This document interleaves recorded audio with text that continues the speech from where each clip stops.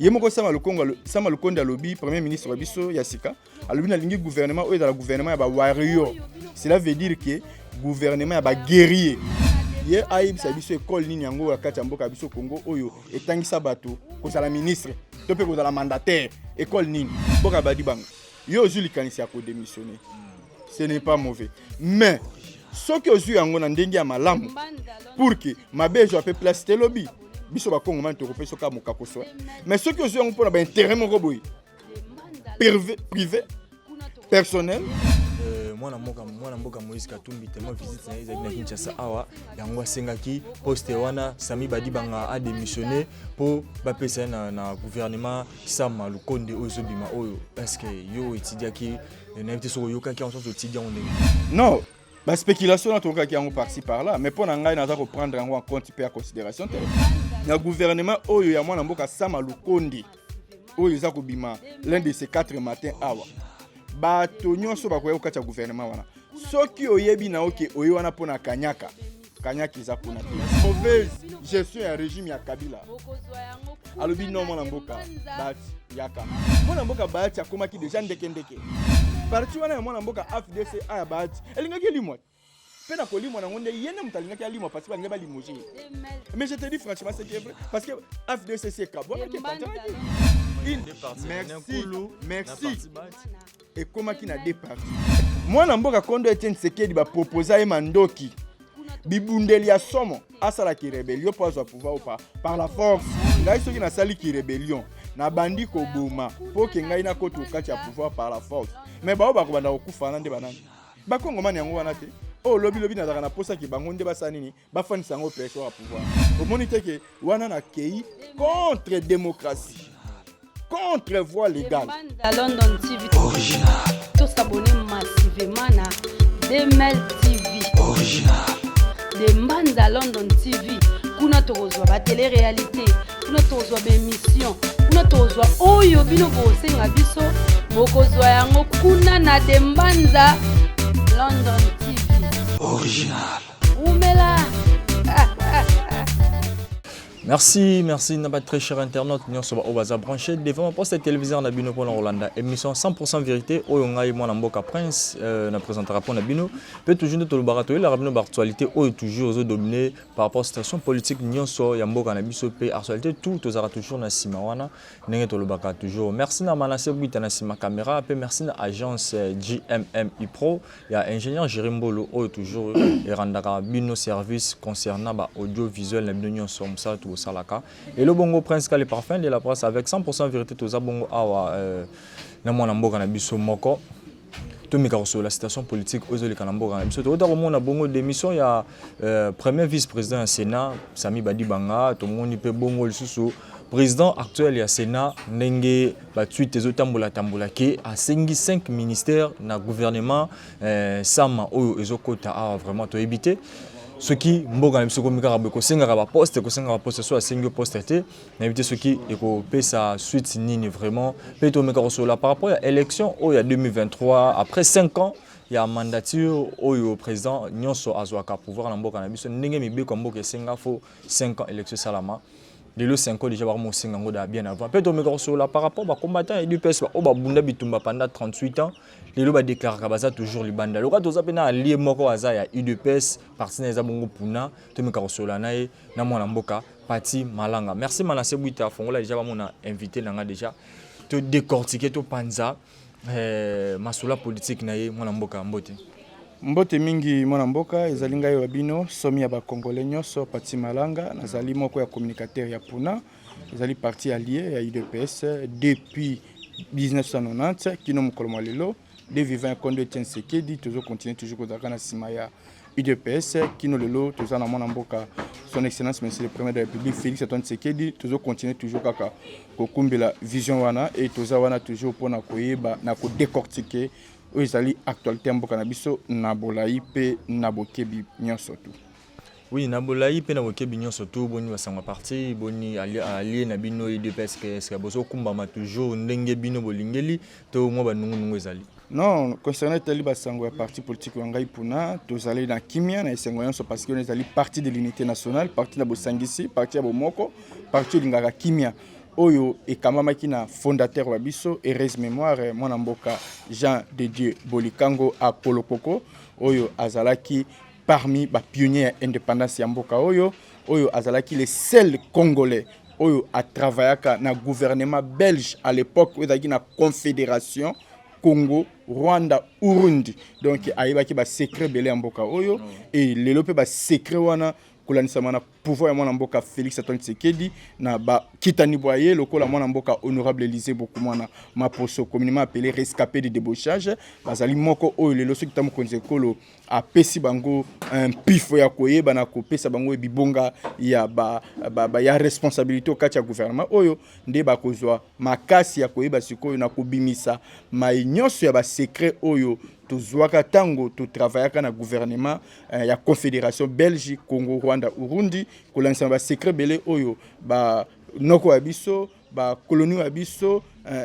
ba belge ba ibisaka biso nde to koluka siko moye to étaler yango to mettre yango en exercice cette fois-ci kolandisama na vision ya tamu konje ekolo parce que tala ba régime oyo uti koleka o nyonso tout biso pona tozoki ngolu ya ko travailler parce que to lobaki ke to ko travailler na régime moko oyo kozala dans le sens que régime oyo koya au service non ya ba individu mais au service ya peuple congolais bakoya au régime oyo koya non ko se servir mais ko la régime oyo koya pona ko servir des peuples congolais et tout ça qui na souci à régime wana et zo place raison pour laquelle ba proposer biso ou régime passé to boyi ko sala puisque souci wa biso da kindeke mboka ezonga na alima ezonga na molongo ezonga na nzela ko landisama na vision ya kondo Etienne Tshisekedi heureuse mémoire o lelo et latinzoto parce que cette fois-ci to comme censé to servir mboka pour que to yeba kobimisa kolakisa maimaso oyo to bomba rutakala pona kolobaki tangu changement koya tangu état de droit démocratie justice progrès social ko zo place en mboka biso to koya wana siko to yeba nako pesa pe makanisi biso malamu pour que ezala au profit au bénéfice ya ba Congolais baso. Merci mon amboka parti malanga je crois peut se détail par rapport concernant parti nabino pe par rapport à présidence nabino na boanya oyo tangi nyonso wana zanango bon biso pe to roba mon amboka nyonso za na boanya to za na posane toujours azarata gouvernement pour na servir mboka na donc to souhaiter pe bonne chance. Oui, merci beaucoup. Congo mani maso ai na boanya na makanisi waye pour na koyeba na ko servir mboka e mabete mais boanya yango na makanisi wango parce que to okaki baza ko lobake cette fois-ci to lingi gouvernement oyo Yemoko sama lukonde alobi premier ministre Wabiso Yasika alobi na lingi gouvernement oyo dans le gouvernement ya ba warrior. Cela veut dire que gouvernement ya ba guerrier, ya ba combattant, ya ba homme de terrain, non seulement ba homme du bureau. Mais to kaki musu soit le kaki awa, soit disant ya linga bima ceux qui donnèrent des leçons. Alobi o pona biso to lingi mutu aya koyeko la kozala ki ministre te. Wana ya liboso alobi yango. Déjà tout lingi bateau déjà si ba yebi comment fonctionne un ministère. Ye aïb sa biso école nini yango ya kati mboka biso Congo oyo etangisa bateau kozala ministre to pe kozala mandataire école nini mutu moko botama kozala ministre te kozala mandataire te to yende kotanga ba kilasi ya biso kolanisama na boyebi ya biso par rapport ya ba domaine autopona mais kokoma ministre kokoma mandataire kokoma bourgmestre kokoma ambassadeur tout consort ezalinde moko ya ngolu o yaka ko pesa mela biso kolanisa mananjela soit ya politique to pe ya société civile mais to botamaka kozala ministre te to botamaka kozala to tangela ka on peut l'école mon côté ce sont des distractions et des utopies et koloba le susu ya mibale ya lobinin o to lingi des hommes compétents mais moi na mboka to tanga kombo na été ba to ba ngi bayeba na kotanga kombo na likambo na été mon mboka Albert Yuma mon mboka Albert Yuma ya linga m'a donné des leçons na bo sambulo ya sala uta kolandisa matango mebele au kati ya fake alinga bima exemplaire après c'est ceux qui non des hommes compétents expérimentés non expérience compétence de boité mais bango uta régime bango ba sala 18 ans au kati mboka o ba zaki na ba docteur ba professeur ba apporter nini pour l'intérêt du peuple congolais kaka le lundi balinga ba donner des leçons na régime mona mboka Félix Antoine Tshisekedi biso ba Congomani ba soto bundela mboka o to loyike non seulement compétence non seulement expérience mais tolingi ba kondio ba kozana bolingo ya ba congolais pe ba kolinga Congo donc yo ba kopesa yo mpifo makoki ngolu ya kokamba moko ya ba institution biso mboka kozala okati ya gouvernement kozala okati ya kimandature mais zala d'abord na liboso na bolingo ya Congo pe linga ba congolais parce que soza bolingo Congo pe olinga ka ba congolais yeba que peu importe mon expérience soza na yango na compétence wayo okotambusa yango na bwanya pe na limemia mais soki olingi no ba congolais te oza pe na bolingo Congo te ata ba pesi au poste ministériel ata ba commission président mboka o okosala na yo loko moko te les hypocrites les scribes les pharisiens basadisayen bango wana Balbert Yuma ba hypocrite ba pharisiens ba kokosa biso loko moko te hein ba nationalité douteuse ba kosa biso ki baza ba congolais. Merci mon mboka tokende malembe na émission na biso parce que mon mboka eza pe na bandeko ebele ba oyo baza libanda po totanga kaka kombo ya bato ba komele ki biso par rapport à situation politique ile kala mboka na biso neti mon mboka Son Makenzi ya za bongo na kati ya Paris Son Makenzi aleli mingi abi comment mboka na biso ekotambolaka toujours na ba menace ya pouvoir par rapport ya démission ya mon mboka Sami Badibanga tochomuna atikala ki se ka mutu moko oyo baboya ki ko toucher mais démission na ye et le bisi batou. Merci beaucoup mon mboka na motuna kitoko oyo komi à l'actualité makaso kati ya ngumba mboka biso Congo pe particulièrement kati ya ngumba ville Ntsasa mais nakolandisa manamo boyebi wangai namona ki mwana mboka Sami Badibanga kozwa ye makanisi ya démission et inango lisumu te et ipe mabete parce que tozana voie moko démocratique cette fois-ci. Et la démocratie qui prime actuellement à Kachamboka Congo. Et comme tu as déjà la démocratie comme qu'on a un pifo en Kachamboka Congo, Congo mani nyonso que kolandi sa ba réalité yemoko moni, kolandi sa ba analyse yemoko sali. Il est censé calme, libre ya ko yeba na ko s'annoncer que moi je démissionne dans tel poste ou dans telle fonction. Ça ne y a aucun inconvénient. Et ça, na sur mon côté. Kolandi Sama, na likanis au moins mboka Sami Badibanga azui, ça y a aucun mal là-dessous. Donc mais mayango na ba hypothèse belé. Sauf que kakande na koloba boy. Moi na mboka Badibanga, yo zu likanis ya ko démissionner. Ce n'est pas mauvais. Mais ce que zu yango na ndengi ya malamu pour que mabe jo pe place te lobby. Biso ba Congo man te repé soka mokako so. Mais ce que je veux pour intérêt mon boy privé personnel pour kaka bino moko ne bo continuer kaka ko s'enrichir au kata ya ba institution mboka ngo biso Congo ndewa na quelque sorte rozama na comment dirais-je na ba retenu. Mais moi mboka étant que boanya pe ya mboka communicateur ya parti puna yo mona ki décision na ezaki ezaki ndenge nini azwaki yango kaka ye moko ou bien yo ozomona na décision Sami Badibanga boni potokota makambo ya président ya Sénat actuel. Non, tout ça la politique hein. Tout ça la politique balobi tous les coups est permis aussi. Si azu likaniswana en soye moko ayebi le pourquoi azu yango. Mais nayebi ke azu yango pambate ceux qui holandais la bolayi pe la bokebi okomona que en réalité ça va faire partie toujours na ba géopolitique. Ça va faire partie toujours na ba géopolitique mais pour ngai na moni na ngai mabe moko te parce que kozwaye likaniswana atalisi ya solo ke ayebi na komona ke okati ya perchoir ya Sénat kolandisa na ba réalité o ezali wana à vivre pe amoni yango alobi ke non na minute surtout na bureau yesika alobi ke non pona ngana moni na bima wana natika bango na bango batu oyo ba kokanisa soki ba kotala makanisa malamu pona ba kongomani bayeba na kondongwana bazwa raison te ke oyo autaki okati ya ndako enteli oyo to afandaki okati ya ndako enteli non article bande kwa bango na bango bandongwana mais atalisa ya solo ke non kubima waye ezali pe na makanisi ya malamu oyo ba kongomani peut-être ba komona yango na sima mikolo mais kubima wana te za na ba profit mususu. Mais bandeko musu bazolo bake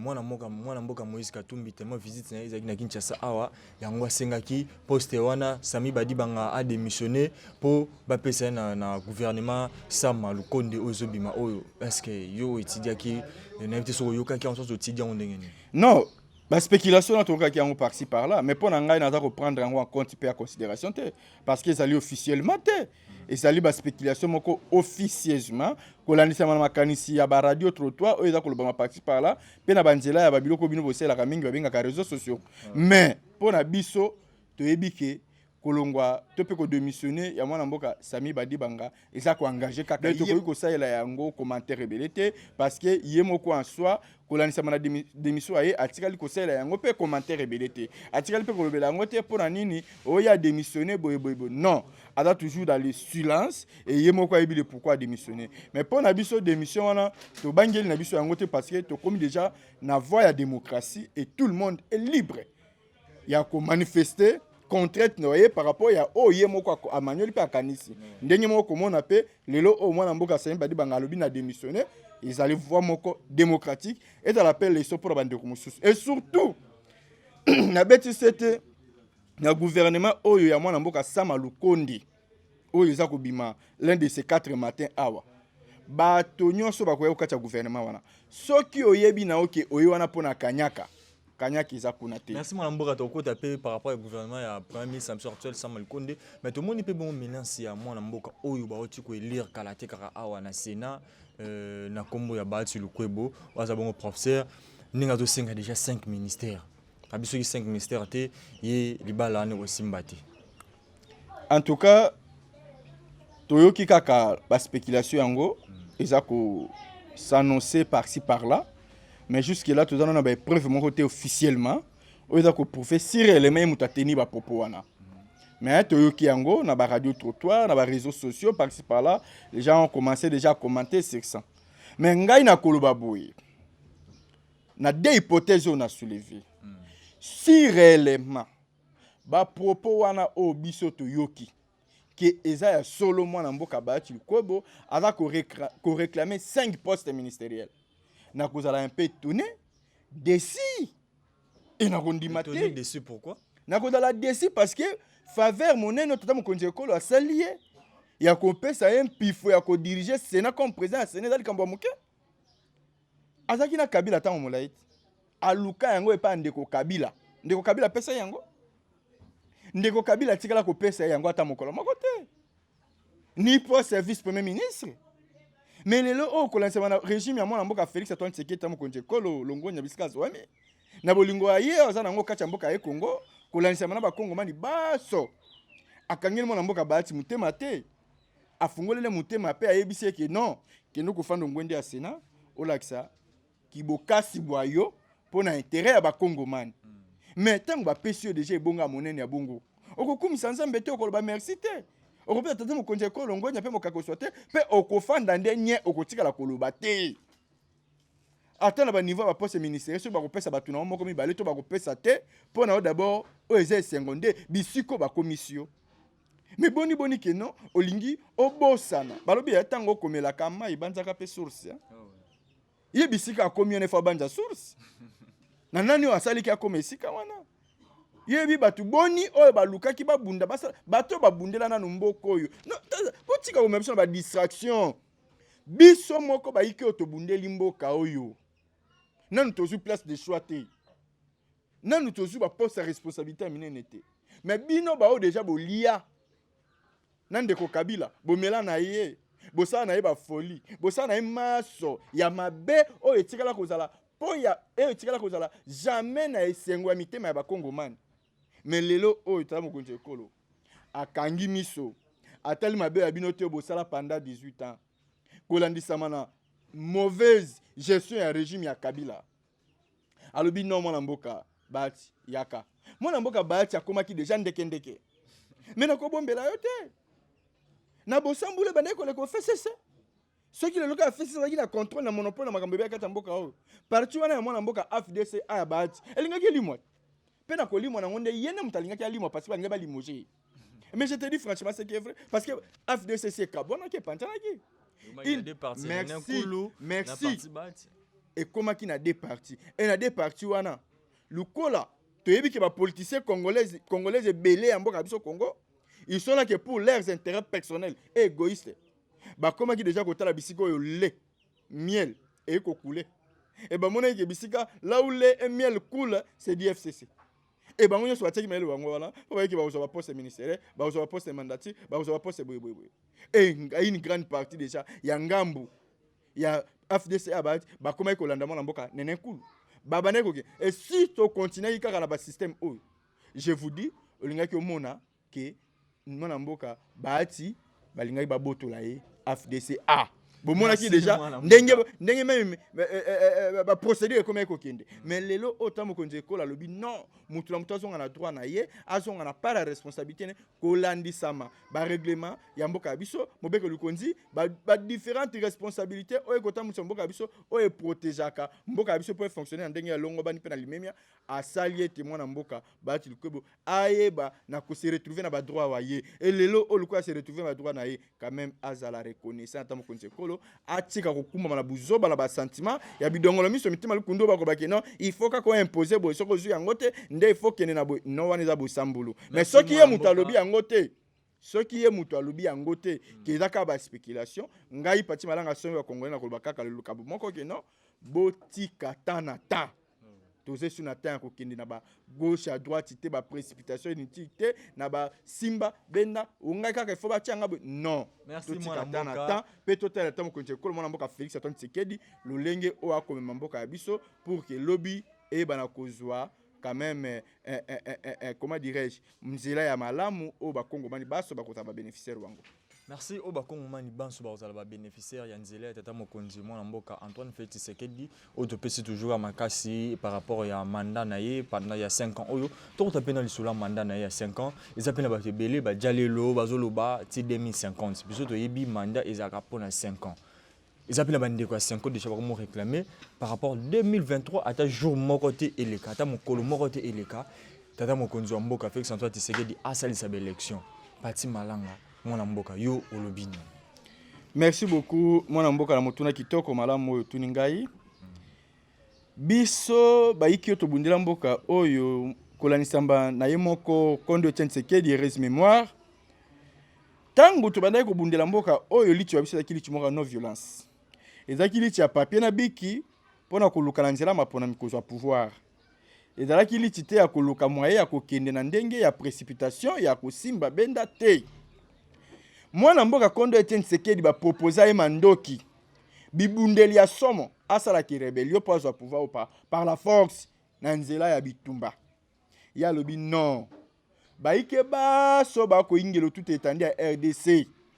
ba inde ba Congo mani ngai soki na sali ki rebellion na bandi ko boma po ke ngai na koto kati ya pouvoir par la force mais ba ko banda ko kufa na nde banani ba Congo mani yango wana te. Oh, lobby na zakana posa ki bangonde basanini ba fanisa ngo perso à pouvoir. Au monite que wana na kei contre démocratie. Contre voie légale aboyaki yango. Et voie nini oya lingaki? Voie démocratique na nzela ya maponami. Wana ne voie légale oya lingaki. Et voie wana lelo yango mto sali ke non. L'IDPS et allié ba koma au perchoir ya sommet ya mboka biso Congo. Kolanisa mwana mboka Félix Antoine Tshisekedi o lelo akomi commandant suprême et magistrat suprême s'il vous plaît. Commandant des forces armées de la République du Congo.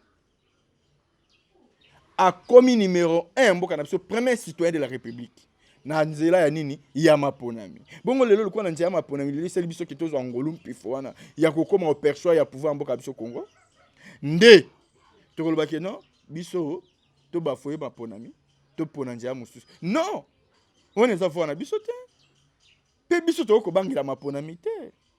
Soki ba yiki misu ba ko kansaka ke biso to ko bangila maponami. Mais bangila maponami te zo so bino pourquoi maloba ya 5 ans.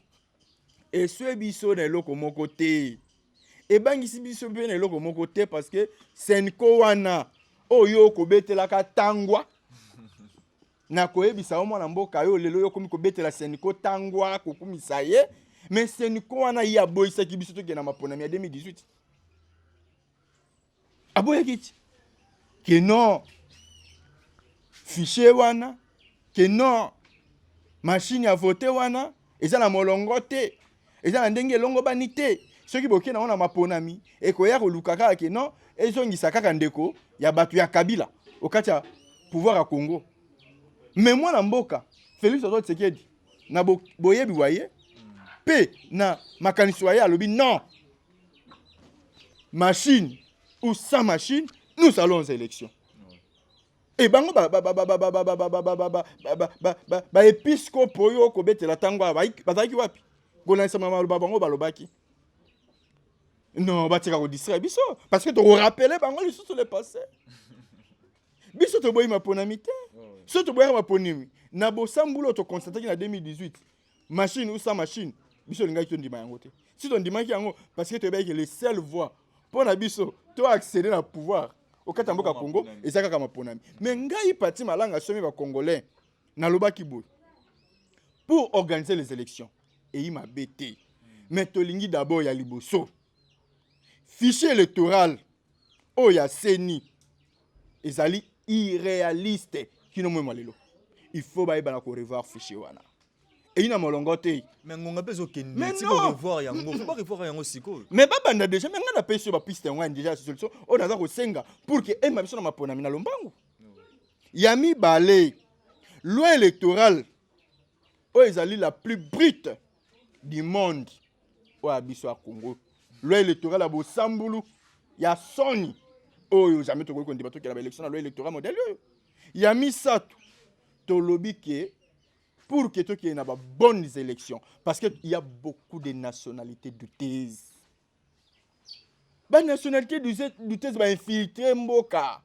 La institution basso. Va s'enrichir. Nandenge ya mabe, nandenge ya molongote. Au détriment de Congomani. Mais tout ça, on a besoin de identifier. On a besoin de vrai Congolais, on a vrai Congolais. Si le Monique Bitumba au Katia Est, et que si la Kate, Basoda, Abisso, na ba rebelle, ceux qui ba rebelle, ba groupe de bandits, ba ingelo Katia Est, ba Kondongo na Katongo midi, pourquoi? Beaucoup de Bakate, que ni ne doit pas que Bitumba on est à la continuelle. Parce qu'au sein de l'armée congolaise, il y a des nationalités douteuses. Et il y a un autre Senga. Recensement. Aux une institution Mboka Abisso. Na ba service nyonso mwana mboka na robisa yo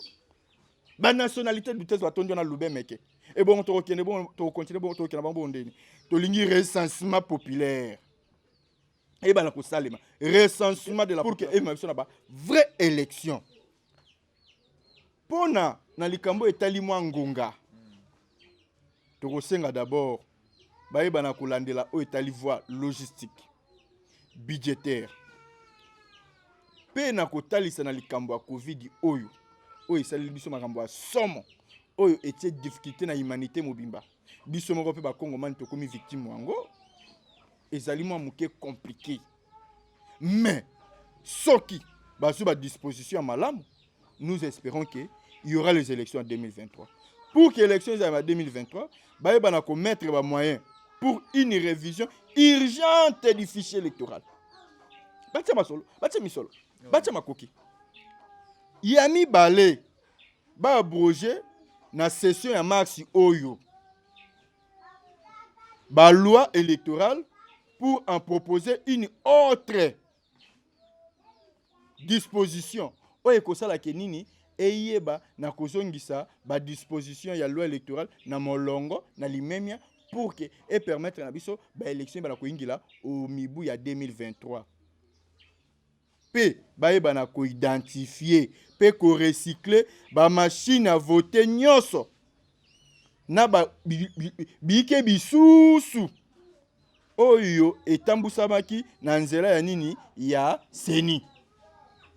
pona koyeba na ko inviter les mususu ba dépense mususu oyo kosala ke etia biso en difficulté tozala na makasité ya koyeba na ko organiser maponami na 2023 ezali moko ya biloko ngai pati malanga senga congolais na kosenga na senga ngo pona sentiment te na sali nde ba analyse na ba statistique baso nde na monike e beminga isika wana kolandisa na makanisi wa ngai na ba analyse na sali nde omoni na pesi oya nga makanisi na ba raison fondamentale. Merci pour que et permettre na biso tout ça la ba élection moko crédible, transparence, apaisée. Mais vous devez savoir que loi électorale biso on va revoir on les a pas battu. Élection il faut on a un tour on a deux tours. Bo sambulo ba basaki na un tour wana pona koyeba na ko privilégier kaka ba intérêt na bango personnel gauche to linyango zonga lisusu te. Merci moi mboka pati malanga. Mais en plus oyebi makambo ya ba caution. Poni bo sambulo modèle wana. Caution ya $100,000. Voilà pour biso ba pati malanga. To de so ba candidat président na mboka ote. Voilà omoni teke balima ma biso kaka na babenga ka oni la loi le plus fort est toujours la meilleure. To boy bo sambulo wana. Po ba pona kaka bana ba ya. Bilonga mala mboka pati malanga somi ya ba congolais to komo gen so mala suka me to kozanga te kotuna gouvernement ilukamba eutia koleka to mona ki bongo ba ministre ya IDPS parce que vous allez à IDPS ba travailler qui to éviter ce trop pendant combien de pourcents mais bazaki ebeli ba travailler qui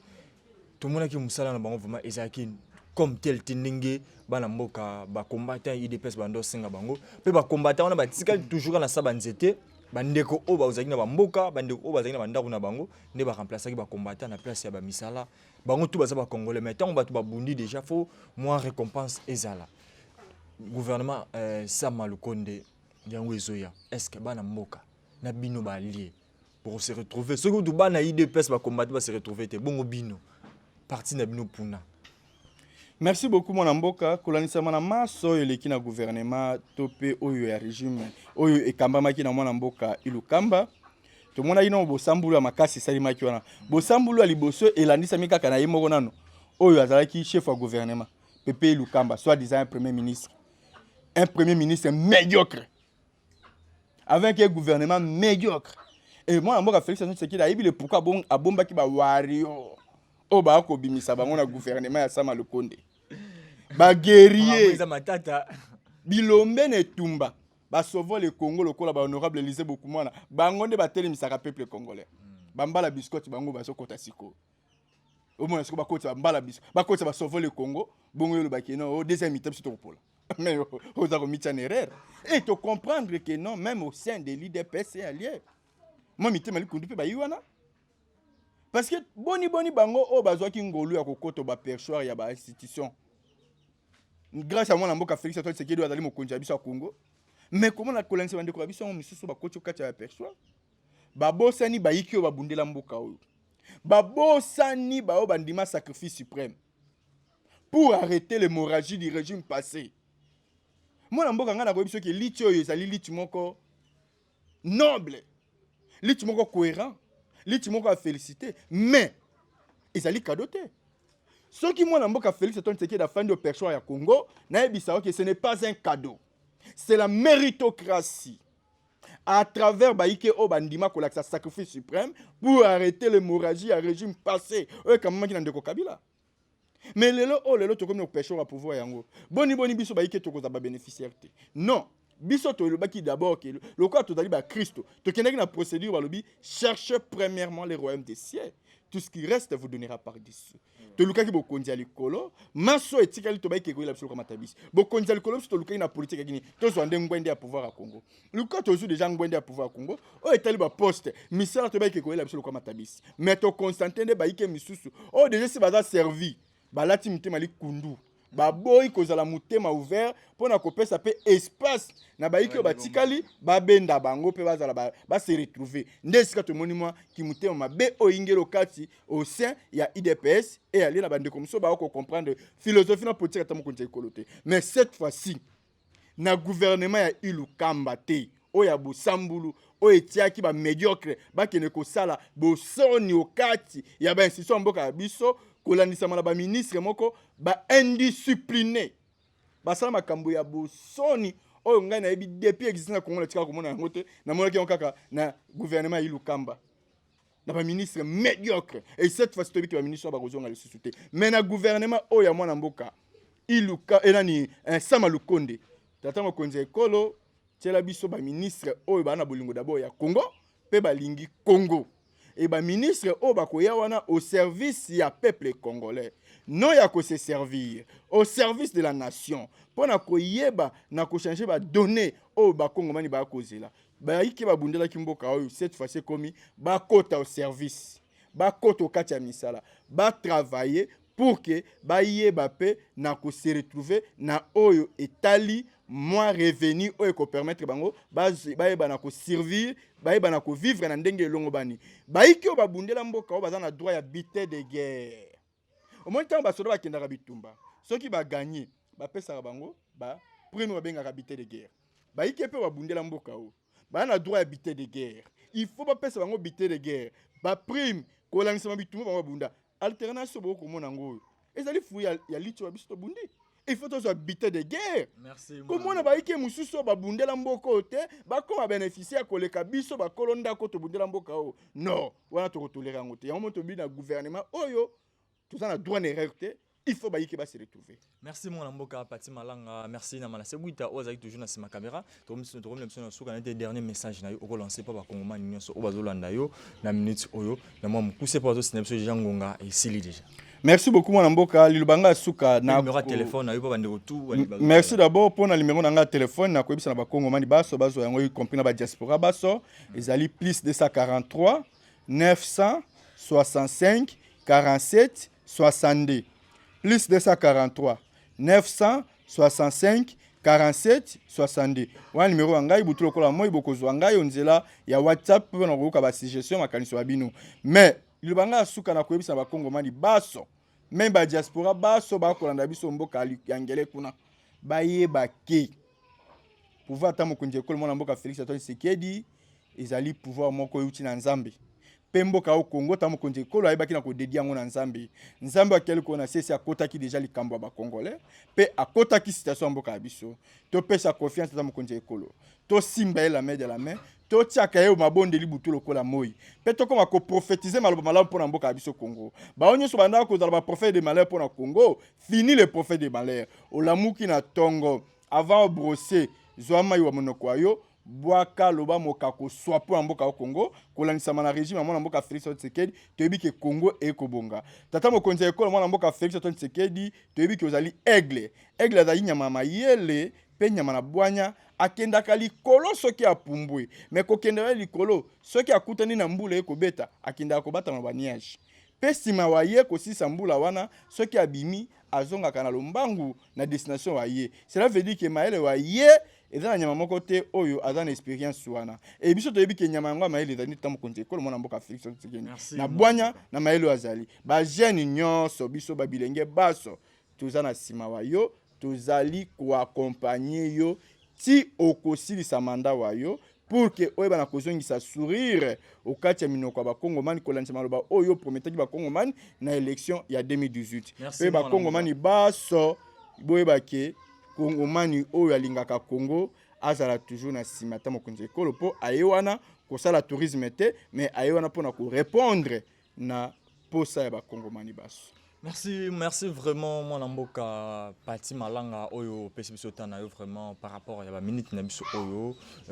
merci bien malancé buta na ma caméra merci na Colo chaîne na biso patron na biso de Brino original na kata Londres to pesi mbote courage toujours place au salépé merci na ba abonné tout ba o bazana ba abonné à de Mbanza London TV DML TV bo s'abonner massivement pour nous avoir toujours actualité à la une pe ngawa bino na sugisi awa merci na mandeko tout oyo balandaka biso partout dans le monde entier. Na moni bongo son Mackenzie na kati ya Toulouse mboti na yo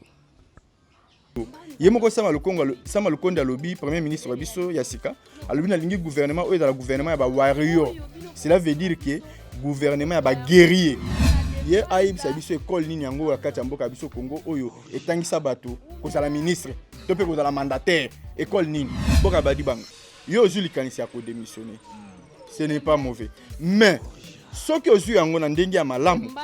pour que mabejo ape place te lobby biso ba Kongomani to kopesa ka mokako so mais ce que ozu yango pona ba intérêt moko boy privé personnel mwana mboka Moïse Katumbi tellement visite na ezali na Kinshasa awa yango asengaki poste wana Sami Badibanga a démissionné pour bapesa na gouvernement Sama Lukonde oyo zobima oyo parce que yo étudiaki na invité so yokaki en sorte étudiant on non. La spéculation na toka ki yango par-ci par-là mais pour ngai naza ko prendre en compte pe en considération na gouvernement oyo ya mwana mboka Sama Lukonde oyo za ko bima l'un de ces 4 matins awa ba to nyonso ba ko yoka cha gouvernement wana soki oyebi na oke oyo wana pona kanyaka za kuna mauvaise gestion ya régime ya Kabila alobi non mwana mboka bati yaka mwana mboka bati akomaki déjà ndeke parti wana ya mwana mboka FDC aya bati elingaki limwa pena ko limwa na ngonde yene mutalingaki limwa parce que ba ngeba limoji mais je te dis franchement c'est vrai parce que FDC c'est kabona qui merci et comment qui na deux parties mwana mboka Kondo Etienne Tshisekedi ba proposer mandoki bibundeli ya somo asala ki rébellion pour avoir pouvoir ou pas par la force ngai soki na sali ki rébellion na bandi ko boma pour que ngai na koto kati ya pouvoir par la force mais ba ba ko banda okufa na nde banani ba Kongomani yango wana te Oh lobby na na posa ki bango nde basanini bafanisa ngo pression à pouvoir. Omoni te ke wana na kei contre démocratie. Contre voie légale. À London TV original. Tous s'abonner massivement na Demel TV original. De Mbanza London TV kuna tozwa ba télé-réalité, kuna tozwa ba émission, kuna tozwa oyo bino bosenga biso bokozwa yango kuna na de Mbanza London TV original. Umela